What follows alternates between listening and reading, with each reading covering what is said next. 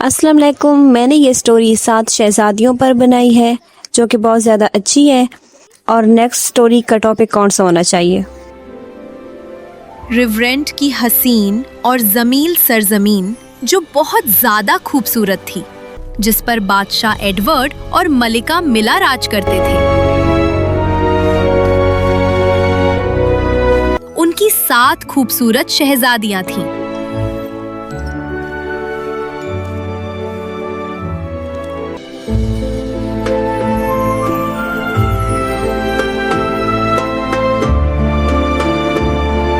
सभी शहजादियां बहुत ज्यादा मासूम और चांद की तरह खूबसूरत थीं। उनकी वजह से पूरे महल में रौनक लगी रहती थी। लेकिन जब उनकी 6ठी सालगिरह थी, बादशाह और मलिका बहुत ज्यादा खुश थे।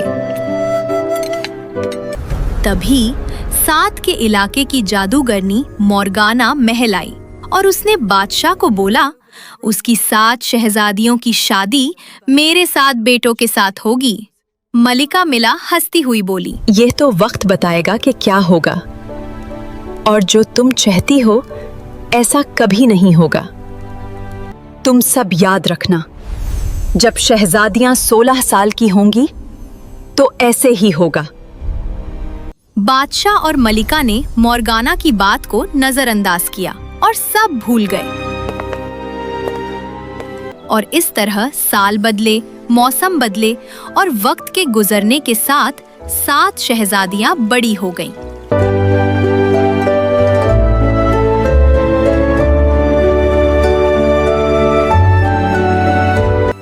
सब बहुत ज्यादा खूबसूरत और दिल से तितली की तरह थीं। एक का नाम शहजादी आयशा था, जिसको खाना पकाना बहुत ज्यादा पसंद था। वो तरह तरह के नए पकवान बनाती थी।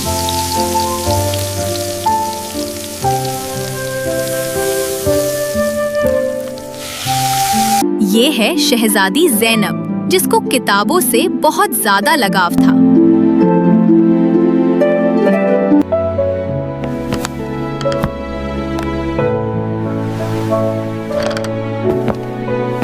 ये है शहजादी मरियम, जिसको लिबास तराशने का बहुत ज्यादा शौक था। और ये है शहजादी सितारा, जिसको सिंगार करना और तैयार होना बहुत पसंद था। उफ अल्लाह, मैं कितनी ब्यूटीफुल हूँ। ये है शहजादी जावेरिया, जिसको प्यारी प्यारी मुसावरी बनाना पसंद थी। ये है शहजादी मनहा, जिसको बागबानी का बहुत ज्यादा शौक था। उसे तरह तरह के फूल उगाना बहुत अच्छा लगता था।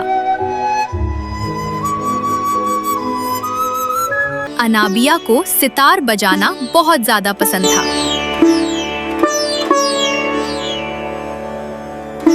सब बहनें एक दूसरे को बहुत ज्यादा पसंद करती थीं।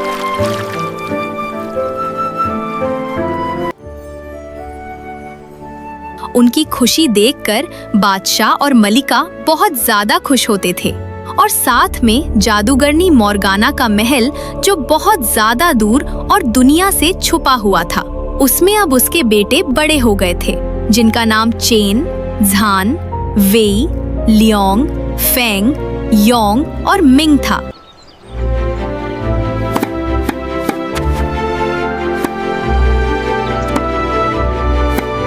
जादूगरनी अपने बेटों के साथ बहुत ज्यादा खुश थी। वो बस किसी खास चीज का इंतजार कर रही थी। अब दूसरी तरफ बादशाह और मलिका मॉर्गाना की बात को पूरी तरह भूल गए थे। इसके साथ अब सब शहजादियां 16 बरस की हो चुकी थीं, लेकिन वो आने वाले वक्त से बिल्कुल नावाकिफ थीं। एक दिन शहजादी मनहा जब अपने बाग में फूल उगा रही थी, तो उसको एक मुकल्लम ब्रश मिलता है जो बहुत ज्यादा चमक रहा था। यह क्या है? मनहा वो ब्रश लाकर जावेरिया को देती है। Thank you Manha. उस वक्त जावेरिया के साथ मरियम और आयशा भी साथ थीं। जावेरिया ने उस ब्रश से एक अजीब तस्वीर बनाई, एक अजीब से दिखने वाले महल की। चारों शहजादियां तस्वीर वाले महल को देखकर बहुत ज्यादा हैरान थीं। अरे ये तो कोई बहुत अजीब महल नहीं है? हाँ, मुझे भी लग रहा है। इसी दौरान जब शहजादी जावेरिया ने तस्वीर को हाथ लगाया, वो अचानक उस तस्वीर के अंदर चली गई। इसे देखकर मन्हा, मरियम और आयशा बहुत ज्यादा डर गईं। उस घबराहट की हालत में वो तीनों भी उस तस्वीर को हाथ लगा लेती हैं और वो झट से तस्वीर के अंदर चली जाती हैं।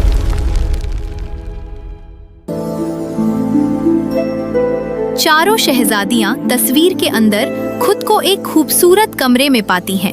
बजाय इसके वो कुछ बोलती, वो किसी जादू की वजह से झट से सो जाती हैं। जब ज़ैनब, अनाबिया और सितारा को अपनी बहनें कहीं भी नजर नहीं आती। अरे ये सब कहाँ गईं? अरे ये सब कहाँ गईं? मैंने सोचा था आज शाम में हम सब खूब लुत्फानंदोज होंगे। जब वो सब कमरों का जायजा लेती लेती जावेरिया की मुसावरी वाले कमरे में जाती हैं, तो उन्हें वही अजीब महल वाली तस्वीर नजर आती है। क्या वो सब इस तस्वीर में घुस गई हैं? क्या वो सब इस तस्वीर में घुस गई हैं? तुम इसे हाथ लगो, फिर हम भी देख लेंगे।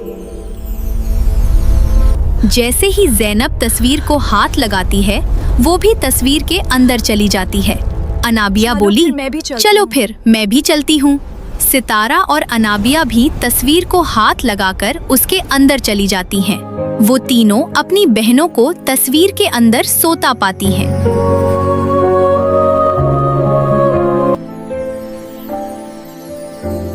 बजाय इसके वो कुछ करती, वो भी जादू की वजह से सो जाती हैं।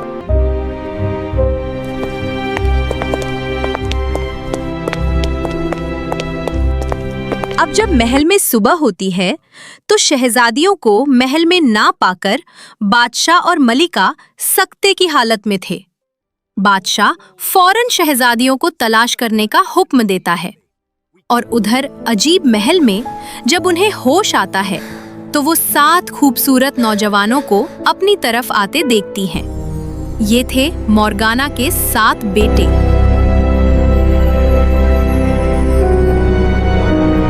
वो 7 लड़के एक एक शहजादी को साथ लाकर अपने साथ बाग की तरफ ले जाते हैं। 7 शहजादियां उनके साथ खुशी खुशी जाती हैं। बाग की खूबसूरती देखकर शहजादियां खुश थीं, लेकिन तभी जादूगरनी मोर्गाना वहां आती है।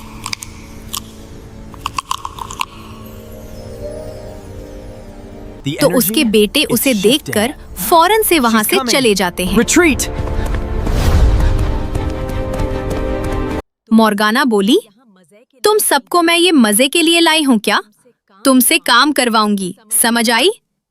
तभी शहजादी अनाबिया बोली, पहले बता। हाँ, पहले बताओ तुम कौन हो और वो लड़के कौन थे? मोर्गाना उनको सब बताती है। वो सब मेरे बेटे हैं और अब तुम सब इस महल में कैद हो। रात का वक्त जब वो साथ खाना खा रही थीं, मोर्गाना बोली, तुम सब रात को अपने कमरों में रहोगी और कोई भी बाहर ना आए। इस तरह शहजादियों को एक कमरे में बंद कर दिया जाता है। सब शहजादियां इस बात पर परेशान थीं, अब वो यहाँ से कैसे बाहर निकले? तभी शहजादी ज़ैनब बोलती है, ये जादूगरनियां कोई भी काम ऐसे नहीं करती। अगर वो हमको इस महल में लाई हैं, तो इसके पीछे कोई राज होगा। हाँ, तो फिर हमें इस महल को देखना चाहिए, क्या पता कुछ मिल जाए। अनाबिया और सितारा चुपके से अपने कमरों से बाहर आ जाती हैं। वो महल में घूमते घूमते एक हिस्से में पहुंच जाती हैं। देखो ये 3 कमरे हैं, लेकिन 2 को कोई ताला नहीं लगा, लेकिन एक को बहुत अच्छे से बंद किया गया है। दोनों इस तजस्सुस में आकर कमरे के अंदर चली जाती हैं। वो देखती हैं वहां 2 खूबसूरत ड्रैगन्स कैद थे। वो ऐसे लग रहे थे जैसे बहुत ज्यादा दर्द में हों।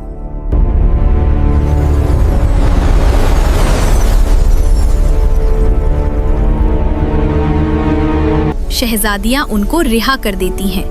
वो बहुत ज्यादा खुश होते हैं और उनको शुक्रिया बोलते हैं। शहजादियां ड्रैगन्स को बताती हैं कि वो रिवरेंट की शहजादियां हैं और उन्हें जादूगरनी मॉर्गाना ने यहाँ कैद कर दिया है। ड्रैगन्स उनको बताते हैं जादूगरनी की पूरी ताकत उसके बेटों में है। अगर तुम उनको खत्म कर सको तो मॉर्गाना की ताकत तबाह हो जाएगा और तुम सब आजाद हो जाओगी। लेकिन हम कैसे उसके बेटों को खत्म करें? ड्रैगन्स बताते हैं सुबह होने से पहले हर शहजादी अपने साथी लड़के का एक एक बाल निकाल ले और फिर उन 7 बालों को मॉर्गाना की नजर से बचाकर बाग के सेब के दरख्त के नीचे दफन कर देना और फिर 2 दिन बाद तुमको वहां कुछ मिलेगा। फिर ड्रैगन्स ये बोलकर उड़ जाते हैं, कभी हमारी मदद की जरूरत हुई तो हम जरूर आएंगे। चुनांचा सुबह होने से पहले सब बहनें ऐसे ही करती हैं। फिर 2 दिन बाद उस जगह उन्हें एक किताब मिलती है।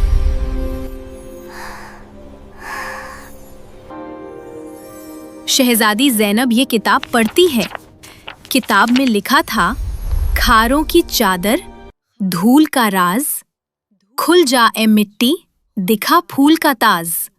ज़ैनब को समझ आ जाती है कि उन्हें एक फूल तलाश करना है। अनाबिया, मनहा और ज़ैनब अपनी बहनों को अलविदा बोलती हैं और फूल की तलाश में अपने सफर पर निकल पड़ती हैं। रास्ते में उन्हें एक अजीब सी धुन सुनाई देती है। अनाबिया बोलती है, हमें धुन का पीछा करना चाहिए। वो धुन का पीछा करते ही एक लाफानी दुनिया में पहुंच जाती हैं। लाफानी दुनिया बहुत ज्यादा तिलिस्माती और जादू वाली होती है। वहाँ एक अजीब सी मखलूक होती है और वो सब ऐसे लग रहे थे जैसे किसी की शादी हो रही हो। वो तीनों को पकड़कर अपनी मलिका के सामने पेश करती है। मलिका बोलती है, तुम कौन हो और ये क्या कर रही हो? अनाबिया आगे बढ़ती है और बोलती है, मैं सितार साज हूँ और मैं वो बजाने आई हूँ। उसके बाद अनाबिया एक ऐसा साज बजाती है जिसमें वो अजीब मखलूक बुरी तरह खो जाती हैं। उन्हें जरा भी होश नहीं रहता।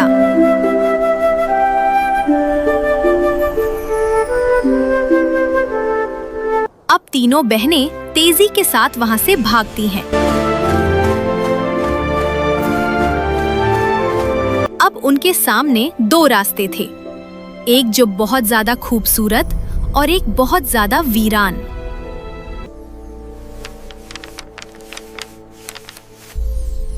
ज़ैनब फिर से किताब खोलती है। अब लिखा था, खूबसूरती पर न जा, ये तो रास्तों का जाल है। असल सुकून वहाँ है जहाँ मेहनत का हाल है। मनहा, तुम मेरे साथ इस रास्ते चलो और अनाबिया, तुम उस खूबसूरत रास्ते की तरफ जाओ। अब फिर से वो अपना अपना रास्ता लेती हुई चल पड़ती हैं। अब जिस रास्ते पर ज़ैनब और मनहा थीं, वो दिखने में अच्छा नहीं था, लेकिन बहुत ज्यादा आसान था। उस रास्ते का इख्तिताम एक समंदर के किनारे होता है, लेकिन अजीब बात ये थी, समंदर के पानी का रंग सुर्ख था। दूसरी तरफ उस खूबसूरत रास्ते में अनाबिया को बहुत ज्यादा डर लग रहा था। अजीब अजीब परिंदों की आवाजें उसको बहुत ज्यादा तंग कर रही थीं। वो चल चल कर तंग हो गई, लेकिन रास्ता खत्म होने का नाम ही नहीं ले रहा था।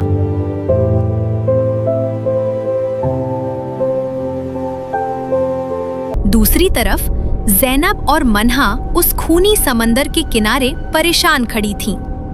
जैनब ने फिर से वो किताब खोली तो लिखा था, आंख मूंद, सांस रोक, खोने का तू डर टोक, लहरें तुझको खींच ले, घर तेरा अब हमें आंखें समंदरी बंद करके झोंक। चलना पड़ेगा।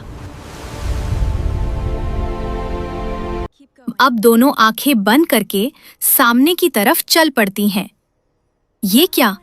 एक रास्ता जो समंदर के ऊपर था। अब वो दोनों उस समंदर को पार कर चुकी थीं। उनके सामने एक जंगल था जिसमें काले पहाड़ होते हैं और एक तरह के बहुत से फूल।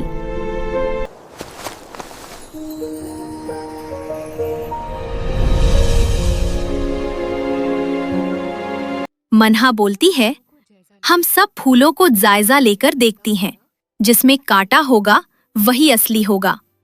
वो अपना काम शुरू कर देती हैं।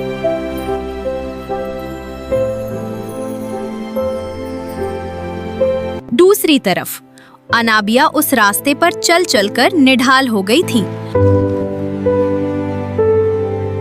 तभी उसे जमीन पर अजीब चीज के कदमों के निशान मिलते हैं।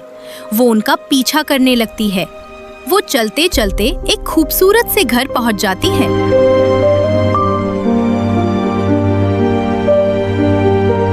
वो खिड़की से देखती है कि अंदर वही ड्रैगन्स हैं जो उस महल में थे। वो अंदर जाती है। ड्रैगन्स भी उसे देखकर खुश थे।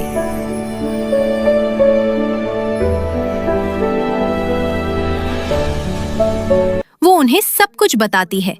पहले वो मिलकर खाना खाते हैं, फिर वो उसकी बहनों की तलाश में निकल पड़ते हैं।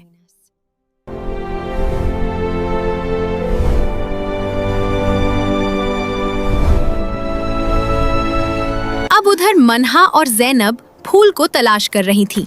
तभी मन्हा को एक कांटा चुभ जाता है। ये फूल असली है। ये फूल असली है।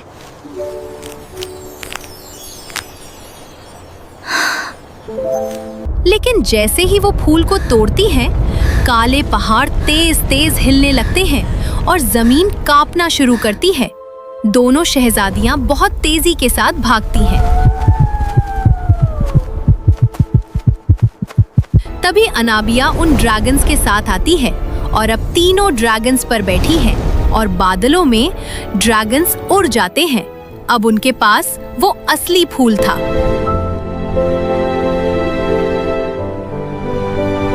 अब सब मॉर्गाना के महल वापस आती हैं और अपनी बहनों से मिलती हैं।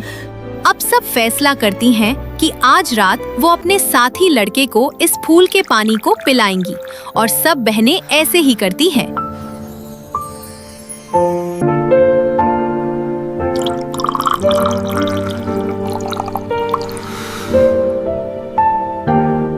अब सुबह उनके साथ लड़कों की जगह फूलों की पत्तियां होती हैं। और जब सब जाकर देखती हैं, मॉर्गाना अब एक बदहाल बूढ़ी औरत में तब्दील हो चुकी थी। उसका सारा जादू खत्म हो गया था।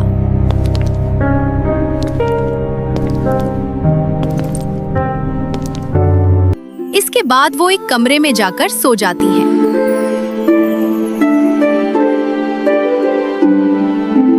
अब जब उनकी आंख खुलती है तो वो खुद को उस तस्वीर से बाहर अपने असली महल में पाती हैं और अब वो बहुत ज्यादा खुश थी।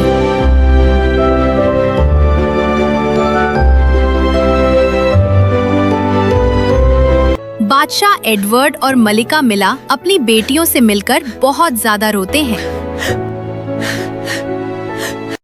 और 7 शहजादियां उन्हें अपनी इस खौफनाक और तिलिस्माती कहानी का सब कुछ बताती हैं। और इस तरह 7 शहजादियों ने बहादुरी से मिलकर खुद को बचा लिया और रिवरेंट की हसीन सरजमीन में फिर से खुशियां लौट आईं।